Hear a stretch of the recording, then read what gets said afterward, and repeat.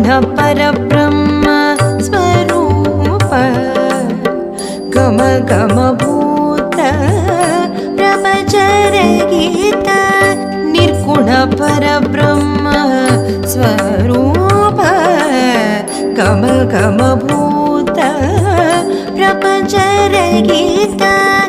निर्गुण परब्रह्म स्वरूप गम गम भूत प्रपंचरहित निज गुण निकित नितांत अनंत निज गुण निकित नितांत अनंत आनंद अतिशय अक्षय लिंग निज गुण निकित नितांत अनंत आनंद अतिशय